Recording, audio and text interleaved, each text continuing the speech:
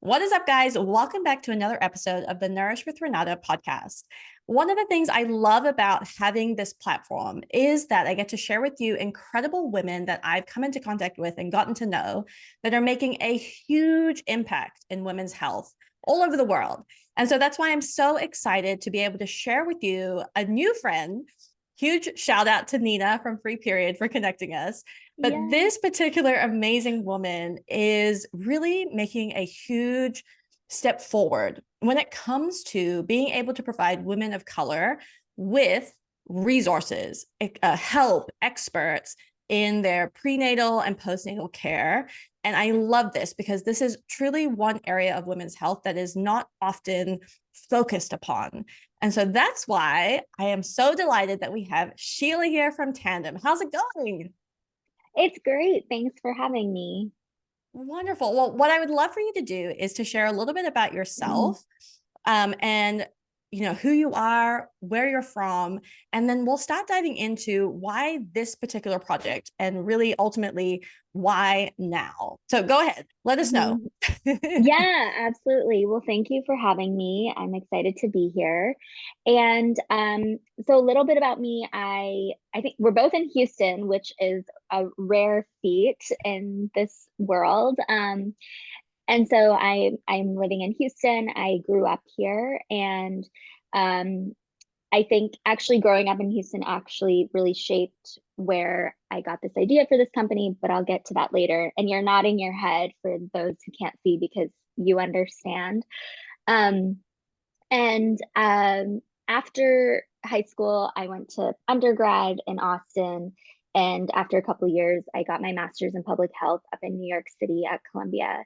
And that's where I really got to start exploring different ways to apply the things that I was interested in academically into building solutions and developing skills. And what I did at Columbia was, well, before I entered Columbia, what I was really interested in was how do different cultures and how does anthropology, basically cultural anthropology, impact the decisions that people make around their healthcare. And again, coming from Houston, that was really influential. It's a super diverse city. And I would just see that different cultures, people with different backgrounds, my high school was very diverse. It really just influenced who we were. And back at Columbia, I eventually ended up basically majoring in women's mental health programs and solutions and how to evaluate them. And that was from a global perspective. So there were elements of anthropology, and it was great. And so that's one way that I ended up here. I've worked at other I'm a second time women's digital health founder. The previous company was more telehealth focused in maternal health, and then worked at other digital health companies, digital health hardware, e-commerce, and ended up back in the driver's seat. So with Tandem Community. Yes. So there's two things there that I love. Yeah. Number one is that you're really at the forefront of bringing together digital platforms that help women of color. And then obviously, number two, but really the most important, is the specific focus on women from different cultural backgrounds. Now, you mentioned a little bit about why Houston was such an integral part of shaping that, but I'm curious, like why is this something that you want to focus on now? Why is this so important now, especially for women's Mm. health specifically? Yeah. So like you said, well, now is a very pivotal time in maternal health in the United States, unfortunately. And what's interesting about the stats that are coming out for specific, um, so basically, for anyone who might not know, the maternal health and wellness rates in the United States are very poor. So we have, for a high income country, we have one of the highest mortality rates. And basically, the definition of that is not necessarily passing away during childbirth. That's a 1 year time frame between giving birth and being postpartum. So that maternal health and mortality stat is covered over 1 full year. And basically, that means that there's a variety of different healthcare causes that can lead to either being hospitalized again, having really poor healthcare outcomes that debilitate you for your entire life, or even death. And so this 1 year time frame between birth and baby's first birthday is really important for moms. And obviously, specifically in the Black community, we're seeing the highest mortality rates. And the part that is more surprising for people who don't know is that the mortality rates, specifically among Black moms, and are consistent across income levels. So even if you're a high income earner or a low income earner, you're X times more likely to pass away, which is about 4 times, which is very disturbing and scary. So it's and the reason that that is important is because historically, there is a very strong correlation with education and healthcare outcomes. And that makes sense because that means people know how to find education, evaluate the validity of care, and usually even express themselves in a doctor's appointment. But of course, when someone's giving birth, it's hard to express yourself or advocate for yourself. And there's multiple reasons why it's hard to advocate for yourself, regardless of your race. Usually the focus is on the baby. Of course, hospitals are trying to focus on both mom and baby. But when we start thinking about that consistency in, unfortunately, in mortality rates across income levels, that just goes to show that unfortunately, in the case of Black women, there's most likely a racism problem, but also that if we're only going to evaluate this based on income level, what are the other things and what are the other variables that are causing this across income levels besides, and race is not a cause, race is just a correlation, unfortunately. And so again, Houston was very influential. I am Indian American.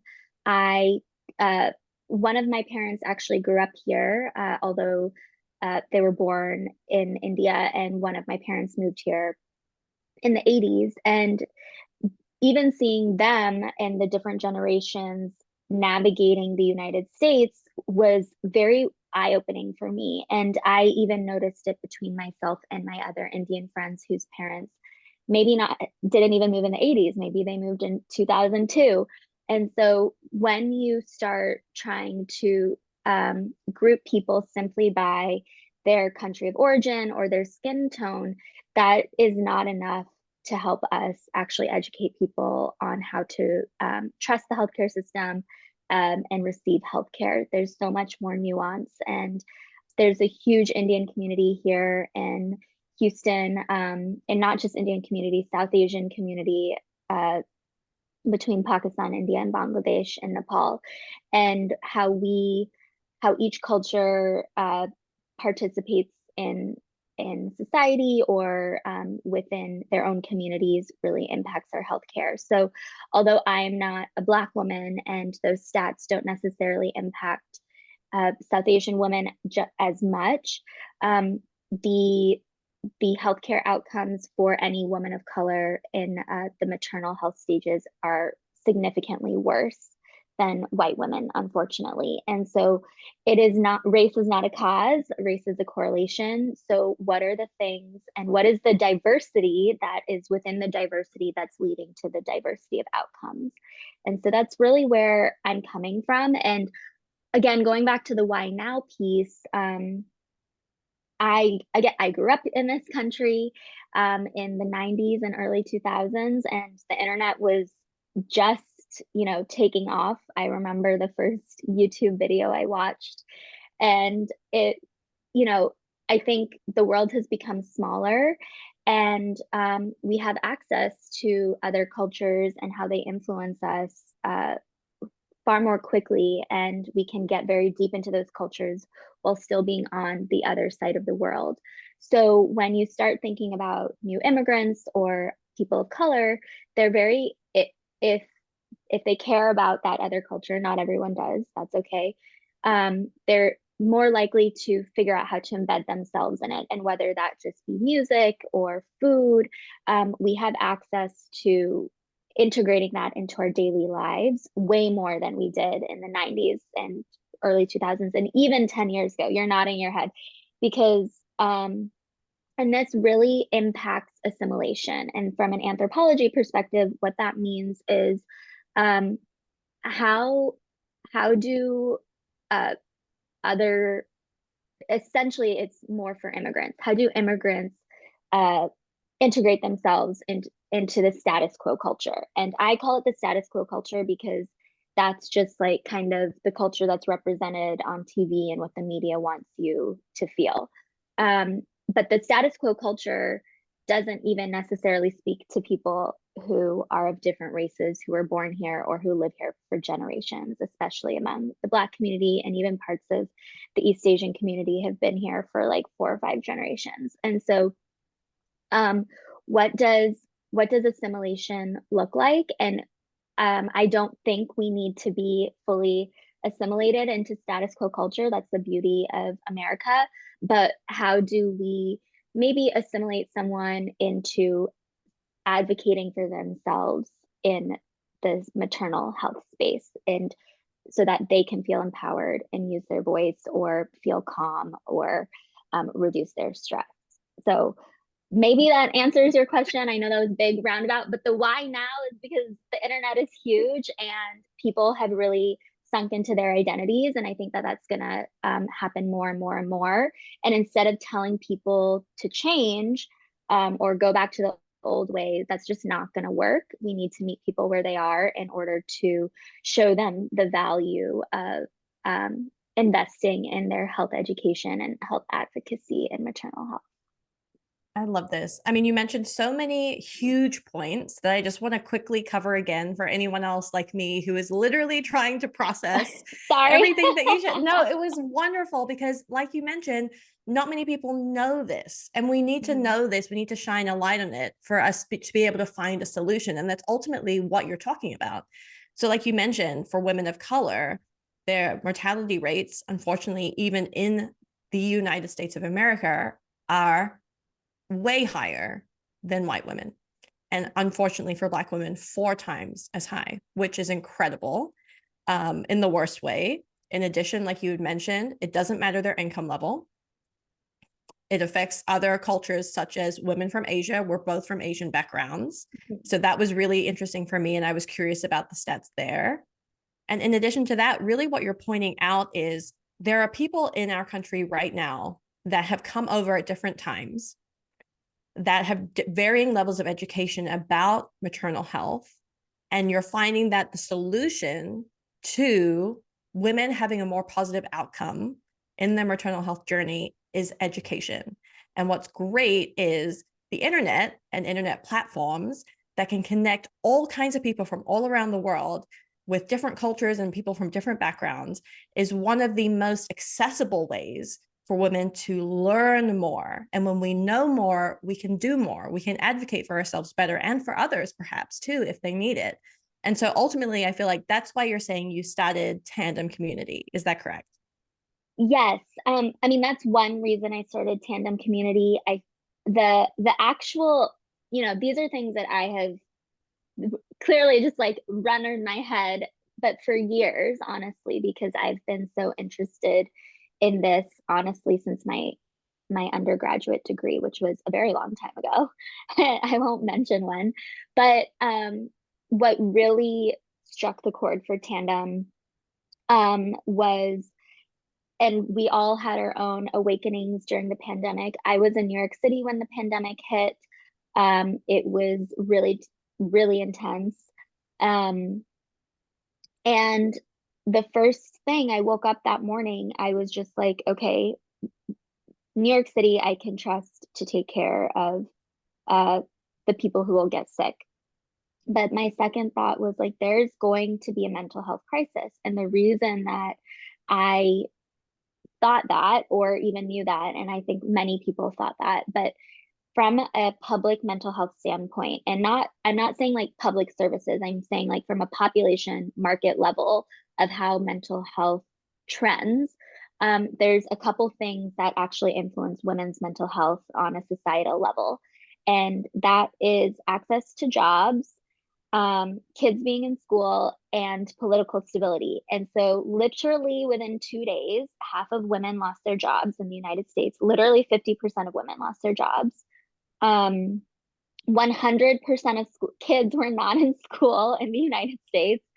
And 2020 was a difficult year in the US for multiple reasons. And of course, BLM was positive, but also stress inducing for many as well. So I think, among other things that were happening in 2020.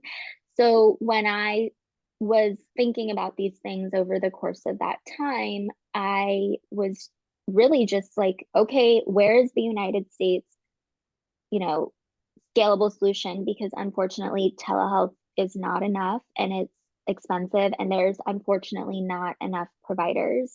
Providers need a break as well. So that's where this idea started from. And at that point in time, I just knew that I had to do something to reach more women. Okay, so tell us more about Tandem. What can people expect from this community?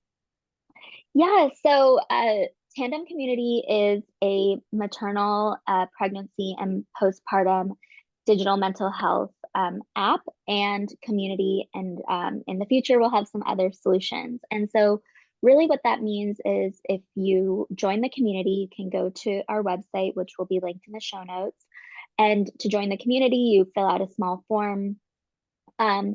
You are able to join the community. We also give you free resources that are delivered to you via text. And really what those resources help you do is decide, how do you want to think about your mental health, and what does mental health look like for you in your family structure, in your value system, in the motherhood journey that you want to create for yourself and your child.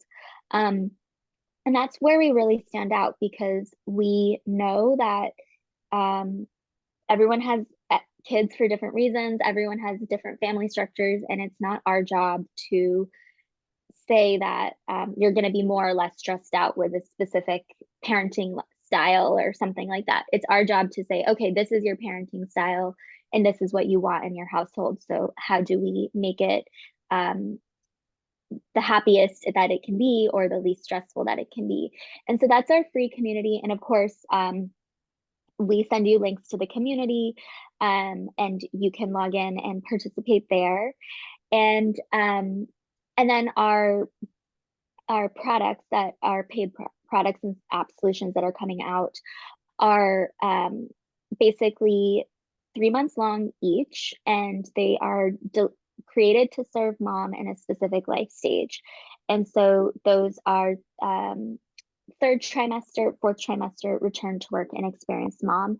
And you can sign up for one individually, depending on where you are in your motherhood journey. Or you can buy an annual subscription, because that could take you through a full year of third trimester to past returning to work.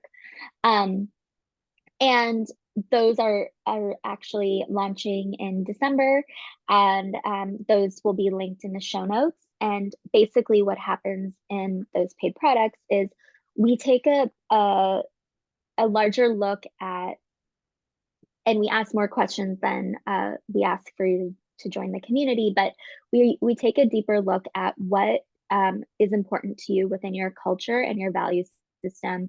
And we also get a better understanding of your comfortability with addressing mental health care, because everyone comes in at different education levels or different comfortability levels, and that helps us to deliver you educational content about your perinatal mental health.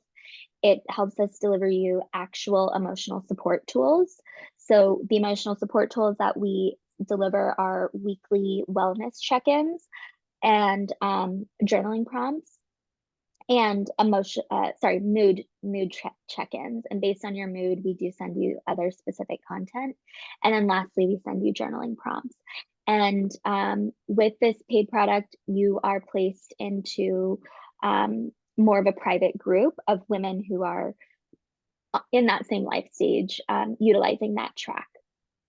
So those are the products, and I'm super excited. We've seen growth and lots of engagement in the community, and it's really exciting to see why different women join.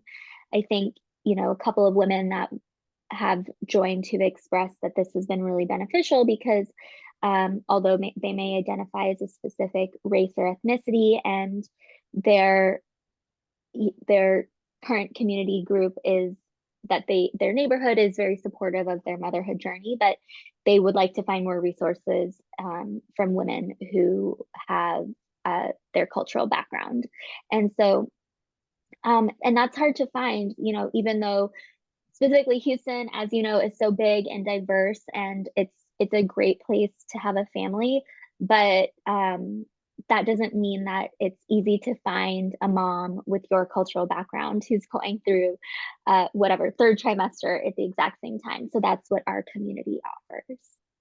I love this so much for a number of reasons. I mean, obviously, the ability to connect women from anywhere and in various stages, like you said, in various life stages is incredible. And the other thing that I love about it is something that you mentioned before, which is you're meeting people exactly where they're at. You're not asking them to suddenly overnight become totally comfortable with reaching out for mental health services, because some people just are not. And especially as I remember from after having kids, like you're exhausted, you're trying to keep another human being alive. Like literally, you don't want to add a whole bunch of extra steps into what you're already doing. And so that's why I love the ability of being able to have this app already get connected with women who might have similar interests or focuses, and then have that community right at your fingertips instead of feeling like you're so isolated, which is definitely something I've heard other mothers express, especially if they come from, a culture that is slightly different from the neighborhood, as you mentioned, or even like within their family structure, perhaps the mother is from a different cultural background to the partner. And so that brings in itself some additional layers of complexity potentially. Mm-hmm. Yeah, exactly. And that is a feature that we have been requested to build in. And it's obviously something that is very important to us. And although our product is optimized for women of color, we actually say women of color and culture. And there are several white women in the community who have expressed that they're in interracial relationships or faith or inter-ethnic relationships. And that's just the way that our country is trending. And I think obviously moms want to be able to communicate and express their needs or their intended parenting journey with their partner. But I also think a lot of partners, obviously, if they're expanding their cultural family identity, they're open to learning about these things too. And I think that that's obviously really great, and to have men become more involved in the family parenting structure. And again, that's just a trend that is,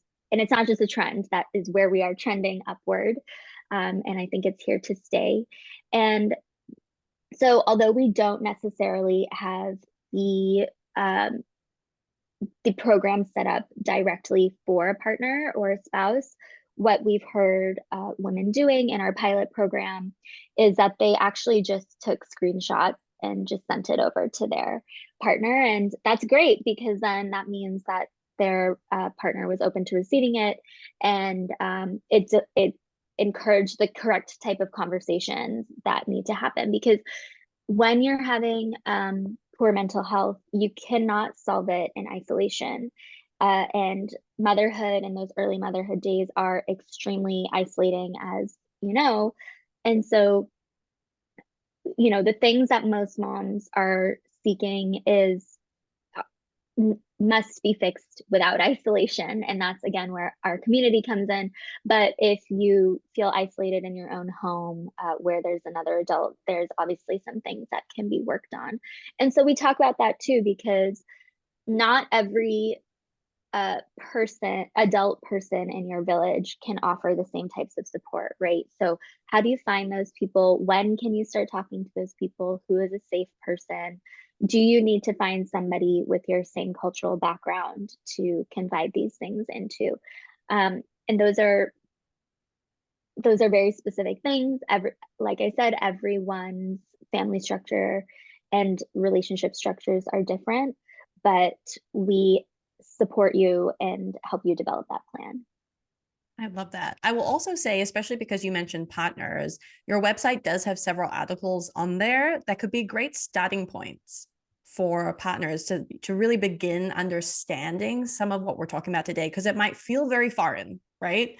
Especially if you're not the one that is currently pregnant or going to become the mother, right? It's a totally different world. And so I highly recommend going to the website to check the articles out, because it's a great kind of taster to see, okay, what are some of the issues that maybe I'm not aware of, and just building that awareness to see, okay, you know what, I didn't know that there was such a thing as, pregnancy depression, or even postnatal depression. Like, these are all really interesting topics that we can all become more aware of in order to be able to support any mother during their motherhood journey. So I just wanted to shout out your website because you have amazing articles on there. Thank you. Yeah, absolutely. And really what we've found is um, one of the many reasons moms don't really go seeking mental health care is because they're busy and they're tired, and the last thing that they want to do is keep reading about how they're depressed.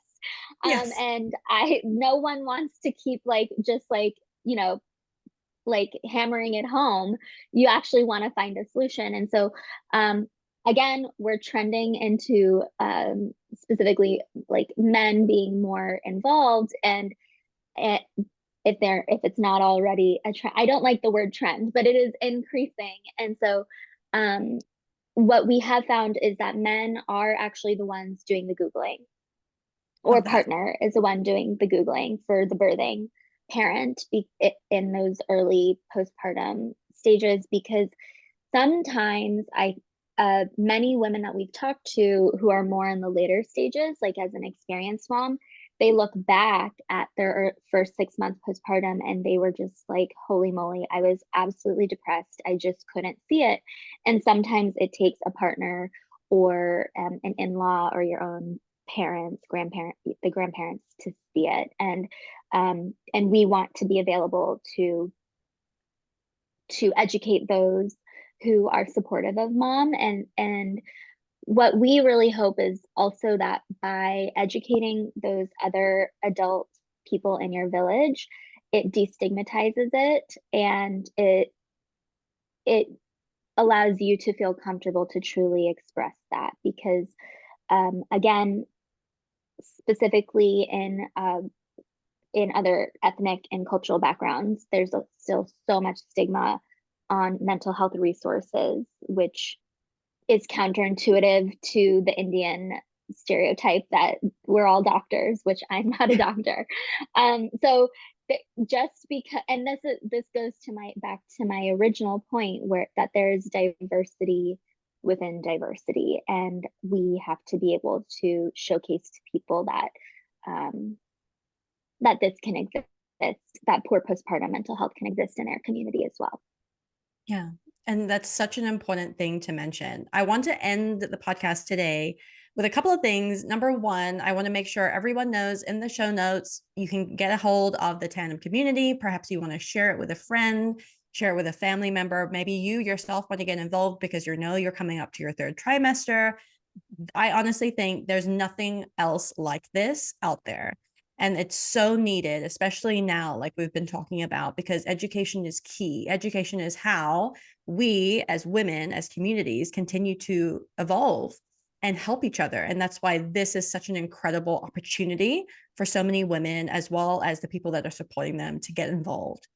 The other thing that I want to end with is I'd love for you to share perhaps 3 tips that you would want someone to know if perhaps they're in this motherhood journey or about to have their first child, because I think that we've shared so much today and it's incredible. But if you are in the throes of, early infanthood, right? Mm-hmm. This might be a lot to take in. And so I just want to boil it down to perhaps 3 steps or 3 little tips that you want to leave women with right now. Yeah, I think so we talk about a birth plan, and I do think that it's important to understand the options in a birth plan. I think in most cases, a doula or an OB-GYN would tell you to create a birth plan, but also know that it can go out the window. And actually, when you join our community, you do get the option to receive texts about how to create a postpartum plan. And it's the same idea. There's a lot that you can think about, that you can prepare for a postpartum plan, whether it's your first birth or your second birth or third or fourth. There's a lot to plan for. And again, the plan is not to say that this is what is set in stone and this is how my life is going to be, because we don't want to be disappointed by when things go off plan. But we do want to be able to use the plan to show others what is a priority for us. And that is where we can reduce isolation, because I think sometimes when we're deep in it, it's very hard to actually express your emotions.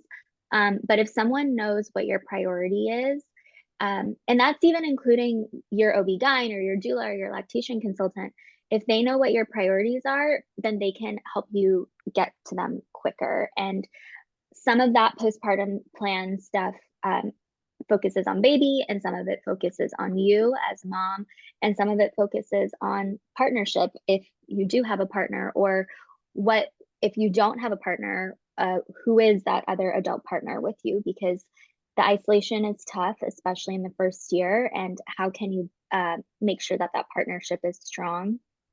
So there's kind of like 3 tips within that, but it's build a postpartum plan, know that it will not go to plan, and don't be disappointed by it, and build this plan for the priorities that you want your motherhood journey to look like. I love this. And it's so key because just like you mentioned, everyone talks about, oh, do you have your birthing plan? And there's so many books with birthing plans in them, and look it up on the internet. There's all these templates, but the postpartum plan, like that is integral because like you mentioned, there's so much focus on the baby, which is wonderful and incredible. But even other mother friends of mine and I talk about how, you deliver, they're like, well, you get out of here, like, and I mean that in the most humorous way, but there's also some truth to it. Like, there's not quite as much focus on the mother at that point, and yet you still have needs. And being able to create a postpartum plan is integral because before you get to that point, you get to communicate your priorities with other people that are important to you in your life. Do it now. Don't wait for postpartum to come and then be like, well, actually, I didn't want it to be that way. Try to put something down on paper so everyone knows what your expectations are and they can agree to it. Mm-hmm. Absolutely. Absolutely. This was so wonderful. I hope that my long thought processes were not confusing, and I hope everyone learned something today. Well, I definitely did. Thank you so much for being here. You shared so much incredible knowledge and wisdom. Once again, I love that you're putting the app out into the world literally this week. And so everyone go check it out, share it with everyone you know, because this is how we're going to continue to make massive impact in women's health worldwide. And I'm so glad that you have started this off. So thank you for everything that you're doing. Thank you so much, Renata. Okay, guys, make sure to share this podcast episode. Literally pure gold in here. Make sure to like and subscribe as well. Go ahead and follow Tandem Community everywhere that you possibly can because they are just making huge strides in women's health. And we will see you again on the next episode. Bye, guys.